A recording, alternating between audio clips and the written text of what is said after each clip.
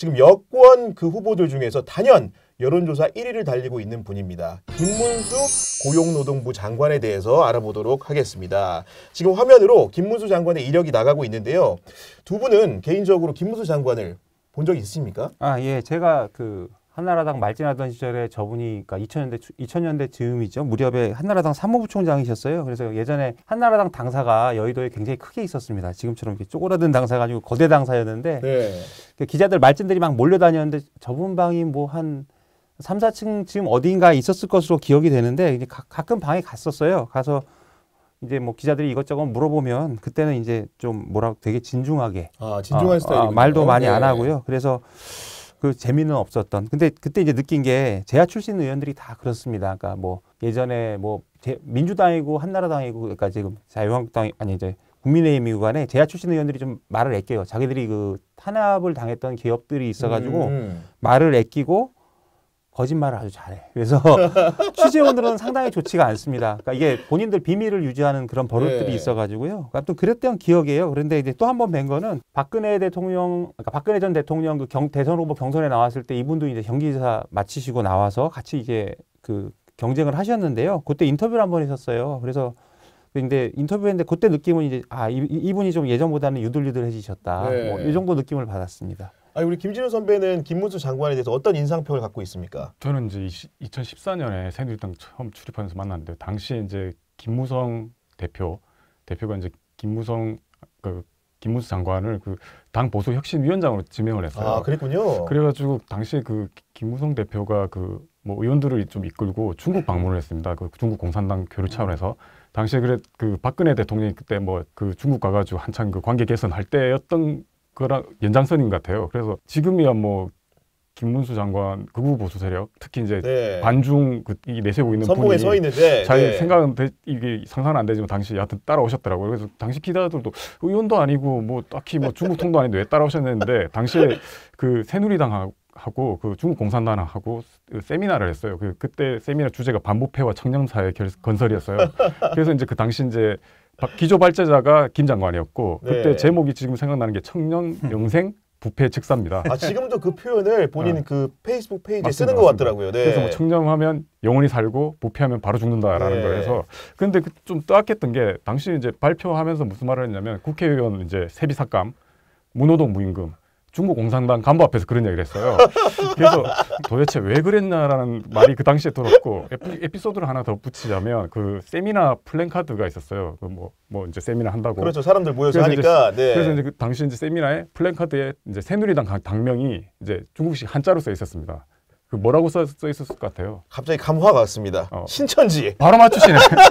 그래서 그때 당시 뭐 신천지는 이제 코로나 때문에 더 이제 유명해졌지만 그 당시에도 약간 사이비 종교 아니냐라는 이야기가 있어가지고 그 붙은 거 보고 이제 의원들 사이에서 좀 술렁술렁 이게 뭐냐 도대체. 그런 상황이었던 것 같은데 이런 평가들을 해주셨는데 김문수 장관이 여하간 그 대선 후보 여론조사를 시작한 이래 부동의 1위를 차지하고 있습니다. 이런 여론조사의 비결 뭐라고 진단하고 계십니까? 그러니까 뭐 국민의힘은 일찌감치 그 아스팔트 난동 세력이 지금 거의 접수된 상태잖아요. 그래서 이 합리적인 중도 보수가 설 자리가 지금 없고 지금 다 나오는 얘기가 당에서 뭐 윤석열 보호하고 탄핵 반대하고 뭐 이재명 집권 막자 이렇게 얘기를 하는 건데 그런 면에서 뭐 김문수 장관만큼 분명한 분이 없죠. 저기 박근혜 전 대통령 탄핵되고 나서부터 그 광화문에서 항상 그 정광훈 목사 옆에서 마이크 잡은 거 저도 그 장면 봤거든요. 그러니까 그분들 지금 당을 접수한 그분들이 보기에는 김문수만한 사람이 없다. 김문수가 우리를 위해서 싸워줄 것이다. 뭐 이렇게 보지 않을까라고 생각을 합니다.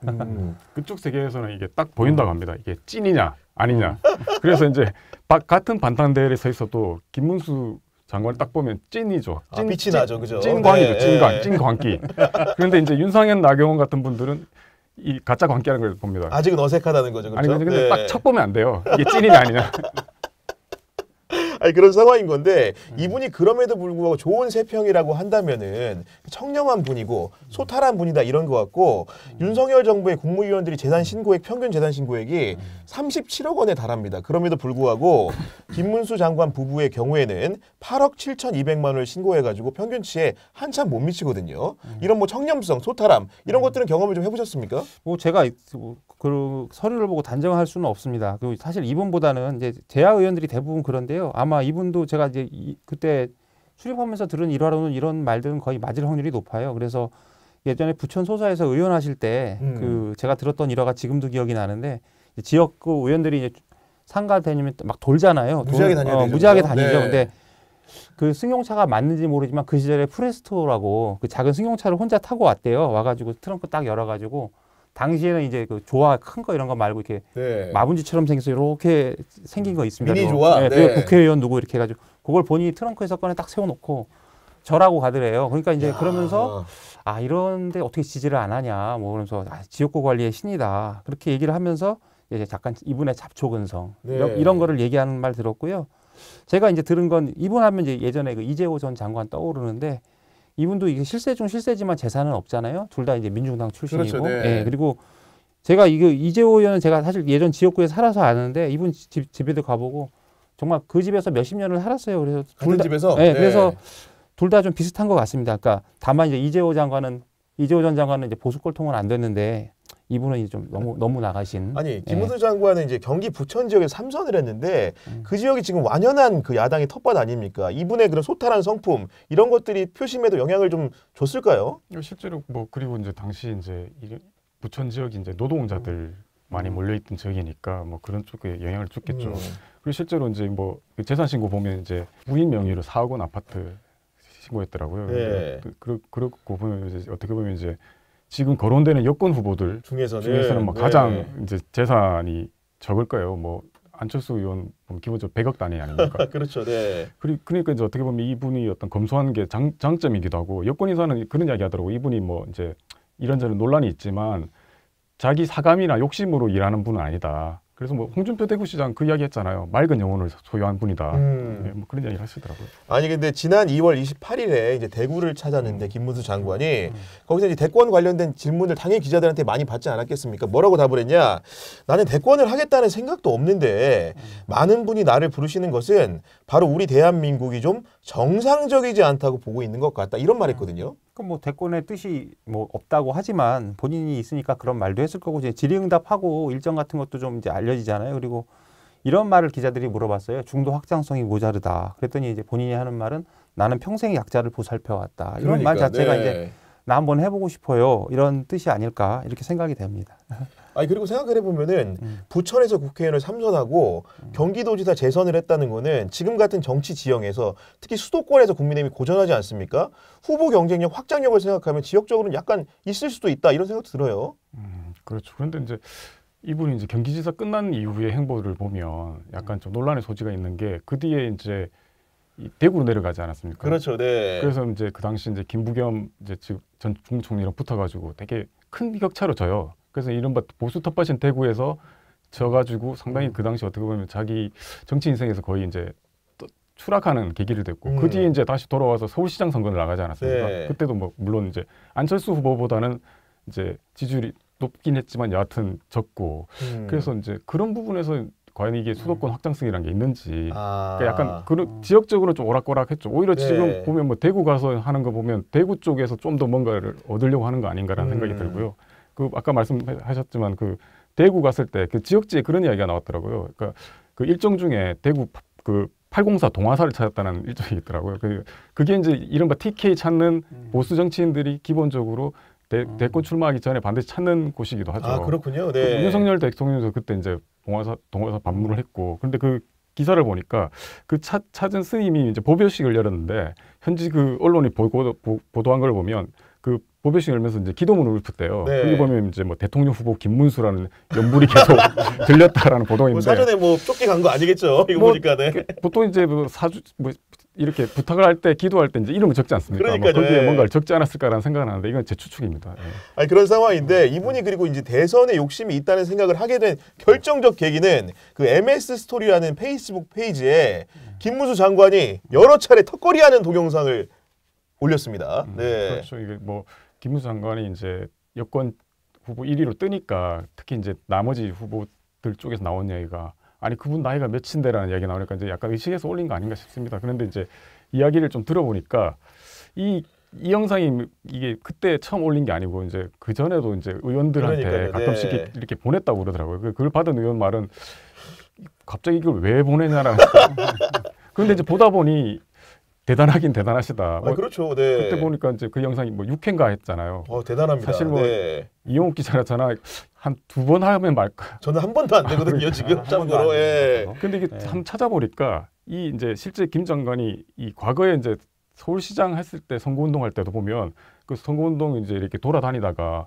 철봉에 거꾸로 매달려가지고 V자를 한다든가 하트자를 하는 이런 영상을 올렸더라고요. 그러니까 어떻게 보면 이분이 평소 철봉으로 건강 관리를 했고 네. 본인이 좀 이제 이미지 자체가 엄숙하고 이러니까 뭔가 약간 킬러 콘텐츠로 이런 걸 계속 올리는 거 아니냐. 나 나름 재밌는 사람이야라는 생각을 하고 올리고 그래서 어떻게 보면 이분한테도 뭐 철봉이 캐릭터라고 하나 만들어줘야 될 것 같아요.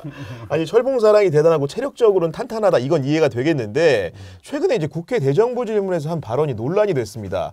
우리 김부 선생을 얘기를 하면서 국적을 묻는 이 최민희 의원의 질문에 여러 가지가 있지만 중국 국적을 가졌다는 이야기가 있다 이런 얘기를 해버렸어요. 아니 이 답이 필요 없을 정도로 이제 이분은 태극기하고 일체화되신 분이고 아까 말씀드린 김진우 기자가 말했지만 맑은 영혼의 소유자잖아요. 그러니까 이분은 아마 이게 정치적으로 이용을 한다기보다 정말 이렇게 믿고 있을 확률이 좀 있지 않을까. 그리고 어디서 글을 봤는데 노동운동할 때도 가장 원칙론적이고 강경한 사람이었다고 합니다. 그래서 극과 극은 통한다고 그 반대쪽으로 돌아서는 것도 아주 이제 극단적인 그런 행동을 보이고 네. 본인은 본인은 또 그걸 믿고 있고 또 이제 그런 믿음을 지금 아스팔트 세력한테 주는 게 아닌가. 그러니까 계속 자기는 믿고 있겠죠. 그 강고한 신념이 이제 교리만 갈아 끼운 게 아닌가라는 생각을 좀 하게 되는데 이분이 이제 대선 후보가 되면서 세간의 주목을 받다 보니까 과거에 있었던 다양한 일화들도 거론이 되고 있습니다. 특히 이제 2011년에 경기도지사 시절에 119에 전화해서 나 김문수인데요 하는 이제 요 발언이 논란이 된 적이 있는데 그 발언 한번 들어보고 올까요? 네, 남양주 소방서입니다. 그래. 여보세요? 예, 소방서입니다. 말씀하십시오. 도지사 김문수입니다. 여보세요? 예, 예. 경기도지사 김문수입니다. 예, 예. 무슨 일 때문에요? 내가 도지사인데 그 이름이 누구예요? 지금 전화하잖아. 여보세요? 예, 예. 무슨 일 때문에 전화하셨어요? 이름이 누구냐는데 왜 말을 안 해? 아니 지금 내가 도지사라는데 지금 그게 안 들려요? 그래, 무슨 일 때문에 여기다 전화를 하셨어요? 119에다 지금 긴급전화로 전화하셨잖아요. 그래, 그래요. 네. 그러면은 무슨 일 때문에 전화하셨는지 얘기를 하셔야죠. 아니 도지사가 이게 누구냐고 이름을 묻는데 답을 안 해? 여기에다가 그렇게 전화를 갖다가 하시는 분은 여기 일반 전화를 하셔야지 이거 긴급 전화로 얘기가 그렇게 얘기를 갖다 하시면 안 되죠. 여보세요?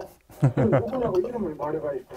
아니 근데 지금 이 얘기를 들어보면서 우리가 실소를 터뜨렸는데 실제로 굉장히 심각하게도 느껴지는 게 거듭해서 이 도지사라는 표현을 강조하는 게 굉장히 이분이 권위에 의탁하는 사람 아닌가라는 생각을 좀 하게 되거든요.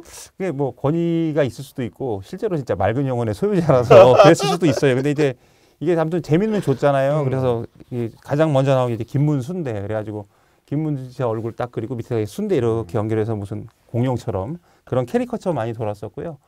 그 문재인 정부 시절에 그 지방선거할 때 이분 서울시장 후보 나왔을 때 저희 회사 그 유튜브에서 그 성대모사로 유명한 그 안윤상 씨가 나와가지고 그렇죠, 영상을 찍었었어요. 근데 이제 김문수 지사 하면서 도지사입니다, 도지사입니다 이걸 계속 성대모사로 흉내를 내. 그래서 참 그 재밌었다 이분이 본인 의도와 상관없이 모두에게 큰 즐거움 주시니까 뭐 이건 나쁘지 않은 것 같긴 한데 조금 이제 이분이 좀 그 재하 시절의 어떤 그 어려움과 이런 걸 잊은 게 아닌가 뭐 이런 생각도 좀 했었습니다. 아니 사실 군대에 있어도 그 장성이 전화해서 이제 행정병 병사한테 얘기할 때도 이런 식으로는 안 할 것 같다는 생각 들거든요. 그 어떻게 보면 이제 시대에 뒤처진 거 아니냐라는 인식을 줬죠. 그리고 이제 뭐 이게 이제 저는 보면 이제 정치인들한테 이렇게 좋은 쪽이든 나쁜 쪽이든 이제 특정한 분기점이 있다고 보는데 이제 이른바 김문수인데 사건이 이제 대표적인 게 김문수 장관한테 분기점이죠. 그러니까 당시 이제 김문수라는 사람을 자세히 모르던 사람한테 뭐 사실 결정적으로 딱 각인된 게 이 김문수인데고. 그러니까요. 네. 최근에 뭐 젊은 후배들한테 물어봐도 김문수 하면 그거부터 떠오르는 사람들도 꽤 많더라고요. 그래서 이제 어떻게 보면 김문수 장관이 그 전에 이제 노동운동가부터 뭐 나름의 스토리를 만들어 온 게 김문수 때 때문에 다 묻혀버린 거죠. 그래서 이제 그 이후로도 이제 뭐 이런저런 논란이 있는 발언들 많이 하지 않습니까? 그래서 그게 약간 김문수인데 사건하고 겹쳐지면서 시대착오적이고 권위적이고 이런 뭐 이제 보수 꼴통 이미지가 더 굳어지는 계기가 된 거죠. 아니 이때의 일을 기화로 해가지고 반성을 하고 사람이 환골탈태한다면은 괜찮은 건데 그로부터 한참 지나서 코로나 시국 때도 비슷한 권위적 태도를 취한 적이 있다면서요. 예, 그때 이제 2018년도에 뭐 그 교회 행사 갔다가 돌아오면서 이제 국회의사당 역에서 이제 격리 지침 위반했다. 이제 코로나 때입니다. 그래서 네. 동행을 요청했는데 나는 김문수 뭐 내가 국회의원 3번 했다 뭐 이러면서 이제 말씀하셨대요. 그래서 이제 그것도 보면서 아 저분이 어떻게 저렇게까지 됐을까 이제 그때 그 생각을 했고요. 근데 네. 이런 생각도 했습니다. 이제 그래도 한때 잘 나갔잖아요. 근데 내가 경기도지사도 하고 근데 이제 지금 아스팔트에서 땀 흘리면서 정광훈 목사 옆에 두고 사실 정광훈 목사 꼬분 같은 거죠. 뭐 저 본인이 메인은 아니고 그러니까 이제 본인이 정치권에서 약간 파산당한 것처럼 네. 느껴서 약간 그런 뭐랄까 좀 자격지심이나 억하심정이 있지 않았을까 이런 생각도 했는데 더 큰 생각은 그냥 이분은 영혼이 맑은 분이라 뭐 이렇게 생각하실 수도 있겠다. 아니 근데 습관적으로 자기 지위나 과거의 그런 요직을 강조한다는 태도 자체는 이건 제가 보니까 반복적이라는 거는 이분의 그런 습성 고쳐지지 않는 버릇 같거든요. 그게 어떻게 보면 이제 자기애라고 해야 되나요? 그런 게 강하신 분이고 자기 신념도 되게 강하신 분 같아요. 이게 네. 뭐 아까 이호 기자도 이야기했지만 이분이 이제 보면 이제 노동운동가에서 이제 보수 정치인으로 변신을 했고 뭐 거기까지는 이제 평가가 엇갈릴 수 있다고 봅니다. 이제 그런데 이제 극우까지 갔잖아요. 근데 극우까지 가기 위해서는 이제 과연 뭐가 필요하냐? 뭐 제가 뭐 이게 정신 분석가도 아니고 잘 네. 모르겠지만 그런 정도의 자기 신념이라든가 이런 게 없으면 그렇게 쉽지 않다고 생각하거든요. 제가 그 여권에서 그 이야기를 하더라고요. 그러니까 오히려 이 비전향 장기수 분들 보면 뭐 네. 신념이 투철하고 고집이 세고 뭐 이렇다고 하는데 네. 전향한 사람은 더 신념이 투철하고 고집이 세다. 자기에 대한 신념이 강하다. 그렇겠죠. 네. 그러니까 구구까지 가는 거 아니냐라고 하시더라고요. 야, 근데 이런 부분들뿐만이 아니고 뭐 젠더 인식에 관련된 논란도 있었습니다. 예전에 이제 경기지사 시절에 대학에 특강을 가가지고 걸그룹 소녀시대를 언급하면서 내가 봐도 잘생겼다, 쭉쭉 빵빵이다 이런 얘기를 했다 그러고 이 얘기는 사실은 또 전해진 얘기로는 반려동물에 대한 인식도 굉장히 좀 일천한 것 같은 게 저는 윤석열 대통령 부부가 과연 노동부 장관으로 임명을 하면서 이런 일을 알았다면 임명을 안 했을 수도 있다는 생각이 드는 게 그 2023년 9월에 경사노위 주최로 개최한 청년 행사에서 저출생 문제를 언급을 하면서 어떻게 말했냐. 애를 낳아서 키워줘야지 개를 안고 다니는 게 어떻게 행복일 수 있냐라고 말했다고 합니다. 이게 이제 뭐 참 모욕적인 발언인데요. 어째서 반려인으로서. 그러니까 이게 앞뒤에 이제 왜 애를 이게 되게 민감한 문제인데 왜 이런 세상이 됐는지, 그러니까 뭐 저출생 문제 얘기하려고 했을 텐데 왜 우리가 이런 사회가 됐는지에 대한 어떤 근본적인 성찰이 좀 부족하지 않았을까. 그리고 이제 반려문화는 상당히 지금 우리 사회에 되게 자리 잡은 건데. 만연해 있죠, 네, 사실은. 네. 그 우리 반려동물을 뭐 이제 예전에 뭐 그냥 집이나 지키는 무슨 부순물 정도로 생각하는 게 아닌가. 그리고 이제 가장 큰 문제는 뭐 왜 우리가 그러면 저출산 사회가 됐는가, 이렇게 심각한 사회가 됐는가, 이런 거에 대한 그 성찰이 있어야 되는데 그거 없이 그냥 뭐 나아라 뭐 이런 식의 얘기를 하는 거는 굉장히 좀 인식이 많이 부족하고 네. 대선자로서 뭔가 근본적인 그 사회에 대한 고민, 아니면 고민은 많이 하셨겠죠. 근데 이제 이 고민을 자기들 무리 안에서만 했을 수 있잖아요. 그러니까 예를 들어서 태극기 집회에서 저출산이 고민입니다 그러면서 요즘 애들이 뭐 애를 안 낳아요 뭐 이런 식으로 뭐 그러니까, 정강원 네. 목사 마이크 잡으면 아 맞아 하면서 이제 그런 인식이 그 자리에서 나온 게 아닌가. 그러니까 좀 대단히 부적절하고 뭐 이 사회를 바라보는 시각이 여전히 어쨌든 한 70년대 뭐 이 정도에 머무는 것이 아닌가 이런 생각이 듭니다.